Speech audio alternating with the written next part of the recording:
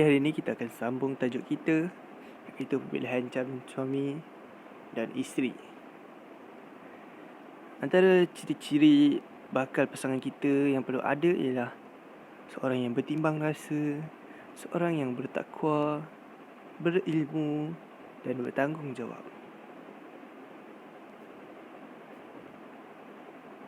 Hadis Rasulullah SAW daripada Abu Hurairah radhiyallahu anhu, katanya, sabda Rasulullah SAW, perempuan itu dikahwini kerana 4 perkara, iaitu kerana hartanya, keturunannya, kecantikannya dan kerana agamanya.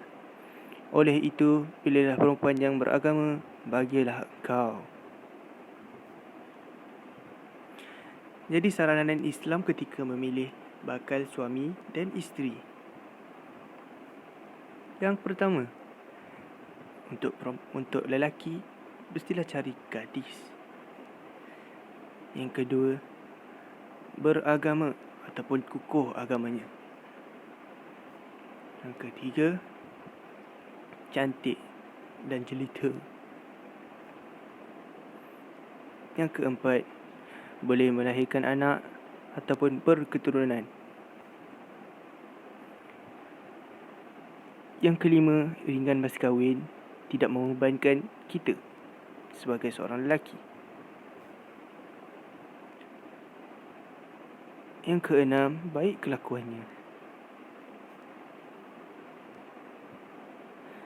Yang kelima, berharta dan tidak mata duitan. Yang kelapan, bebas daripada penyakit bahaya seperti penyakit HIV.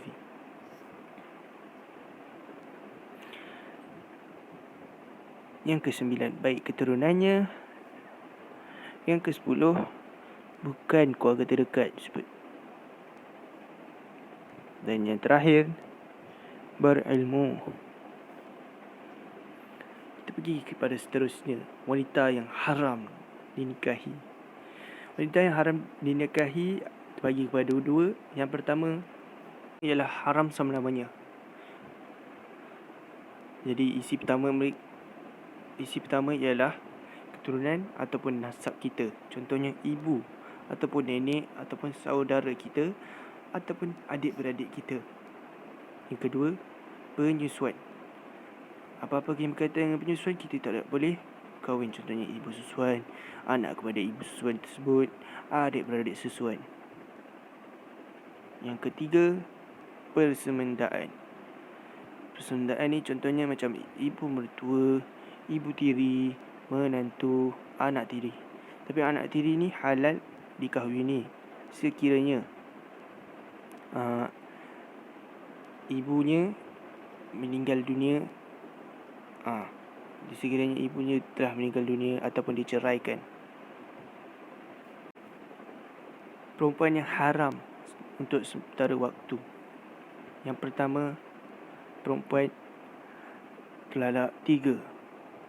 Yang kedua, perempuan dalam iddah. Yang ketiga, perempuan kelima, iaitu perempuan yang lelaki yang dah kahwin keempat. So patutlah perempuan tu dikahwin lagi untuk kelima. So perempuan itu tidak boleh untuk dikahwini untuk sementara waktu. Yang keempat, perempuan tidak beragama samawi. Yang kelima, perempuan bersuami. Dan yang keenam, adik-beradik kepada isteri. Seterusnya kita masuk bertajuk merisik dan meminang. Apakah maksud merisik? Merisik ialah langkah awal memilih calon isteri yang sesuai serta menepati ciri yang dikehendaki.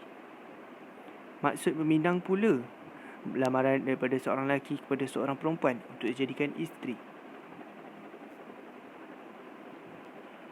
Merisik. Apakah hukum merisik? Hukum merisik adalah harus. Dalil menggalakkan melihat bakal tunang. Dalil Abu Hurairah. Daripada Abu Hurairah radhiyallahu anhum, katanya, Nabi SAW bersabda kepada seorang lelaki yang hendak berkahwin dengan seorang perempuan, Adakah engkau melihatnya? Kata lelaki itu, tidak. Sabdanya, pergilah melihat perkahwinan kamu dijamin berkekalan. Tujuan untuk melihat bakal pasangan kita adalah untuk mengelakkan penipuan.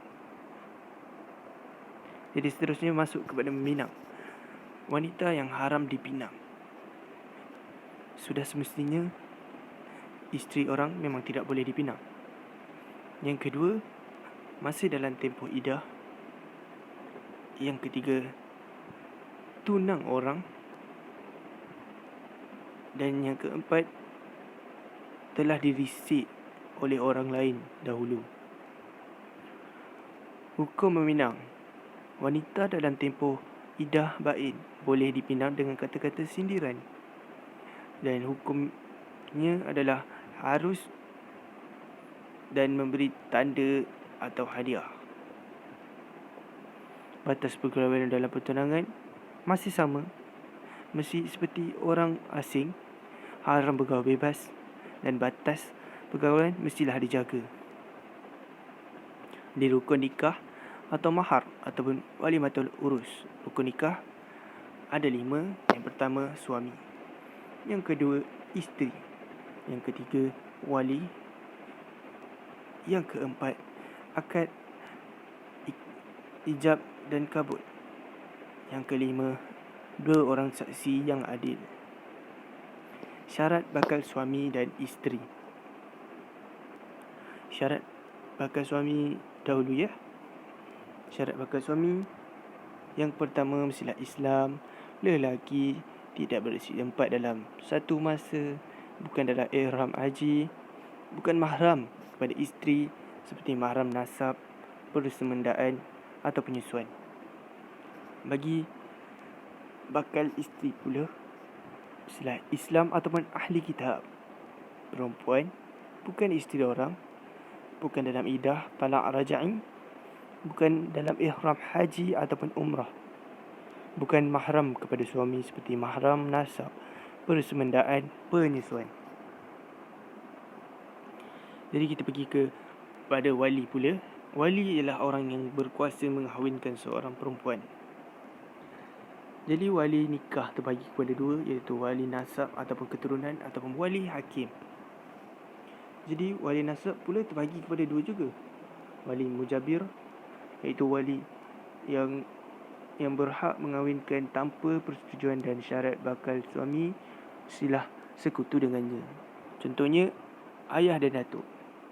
Wali bukan mujabir, mereka yang selain bapa dan datuk seperti saudara dan adik-beradik. Manakala maksud wali hakim pula ialah wali yang diberi kuasa oleh sultan atau perintah untuk mengahwinkan perempuan ketika ketiadaan wali ataupun keengganan ataupun hilang wali. Seterusnya, syarat wali nikah. Yang pertama mestilah lelaki. Perempuan tidak boleh. Yang kedua ialah Islam. Yang ketiga, baligh. Yang keempat, berakal.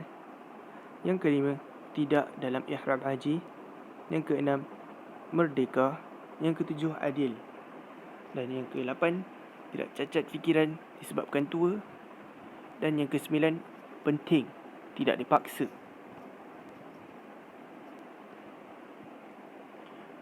Jadi ini merupakan susunan wali nikah. Yang pertama ialah wali mujabir.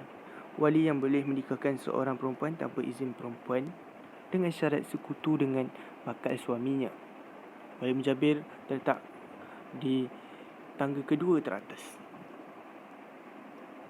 Seterusnya, wali akrab ataupun dekat. Wali yang hampir dengan perempuan termasuk bapa dan datuk. Kedudukan wali ini adalah daripada tangga 1 hingga ke 8. Seterusnya, wali ab'ad ataupun jauh. Wali yang jauh dengan perempuan dan boleh berkahwin dengan perempuan itu. Wali ini duduk di tangga ke-9 dan 10. Contohnya saudara. Contohnya sepupu.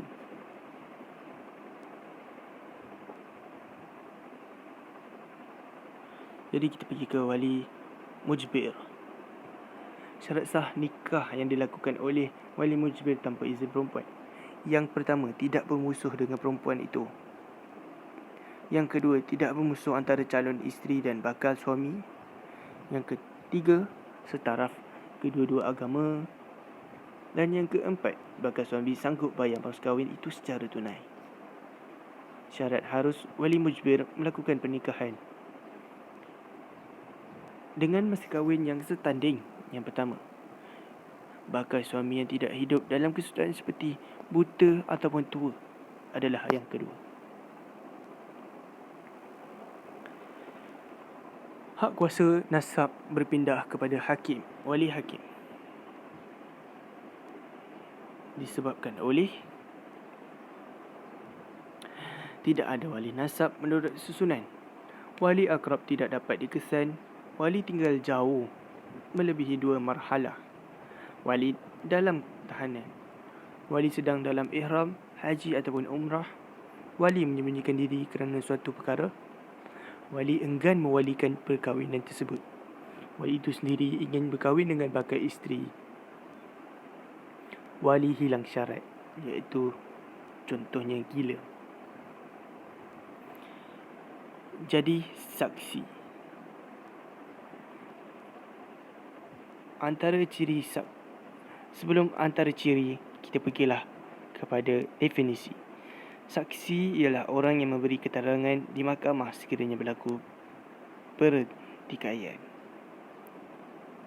Jadi antara syarat-syarat wali pernikahan, syarat-syarat saksi wali pernikahan ialah Islam, lelaki. Tapi perempuan boleh. Perempuan dia mesti 2 saksi baru setaraf dengan seorang lelaki saksi. Yang ketiga, baligh. Yang keempat, berakal. Yang kelima, adil. Yang keenam, sejahtera, pancar indera, tidak buta ataupun pekak ataupun bisu. Yang ketujuh, mengingati apa yang didengari dan dilihat. Yang ke-8, memahami perkataan ijab dan kabul. Yang ke-9, bukan wali. Yang ke-10, mengetahui sama ada orang yang nikahi itu wali ataupun wakilnya. Dan yang terakhir, merdeka. Jadi itu saja daripada saya. Sambung untuk seterusnya.